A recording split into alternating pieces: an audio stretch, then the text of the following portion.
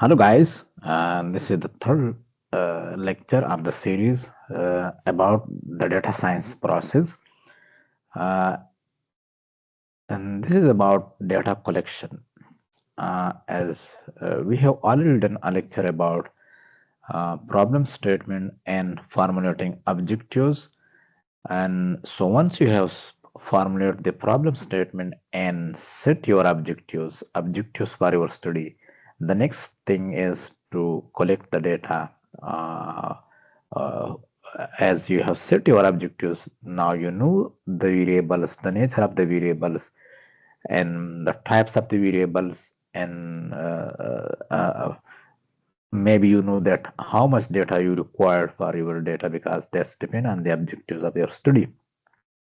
So the next step is data collection. That's also very important steps and entirely depend on the objectives of your study. So if you have not set your objectives and you collecting data, maybe this is useless effort because maybe after setting your objectives, you will see that data is not useful based on your objective.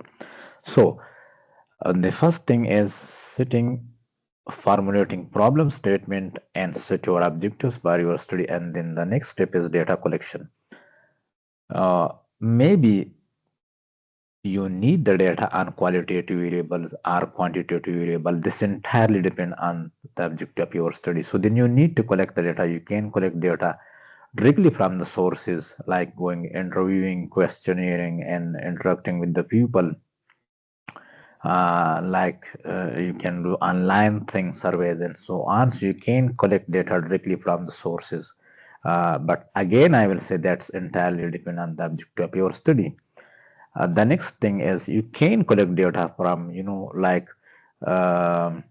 um secondary sources like from some meteorological department or from hydrological department and services, or if you are interested in environmental data analysis or climate change and these stuffs. And if you are suppose you are interested in financial data analysis, you may need to visit Ministry of Finance or other department, relevant department like other maybe tax collection data. So you need to go to the FBR and other department. And maybe if you need to do some meta-analysis, like meta-analysis, the analysis of the previous data. So it means that you need to collect the data from previous publication or like that, those sources, and then you can do meta-analysis. So in some ways, the data types and the amount of data and the nature of the data entirely depend on the objective of your study. But in some ways, this depend on on the method you want to do. So of course, these methods, this mean that this is also integrated in the objectives of your study. So for meta analysis, you can collect the data from previous data like publication and so on. And yeah, this entirely depends. And suppose you are interested in classification, you are interested in the classification of the land use and land cover. For that purpose, you need to select some data like satellite imageries, like you need to select a remotely sensed data. There are various remotely sensed data available, Landsat and Sentinel and many others. So you can choose any one of them, depend on the resolution, which resolution you require, and then you can analyze those data sets in R and Python or maybe in ArcGIS and maybe in other softwares to accomplish your objectives.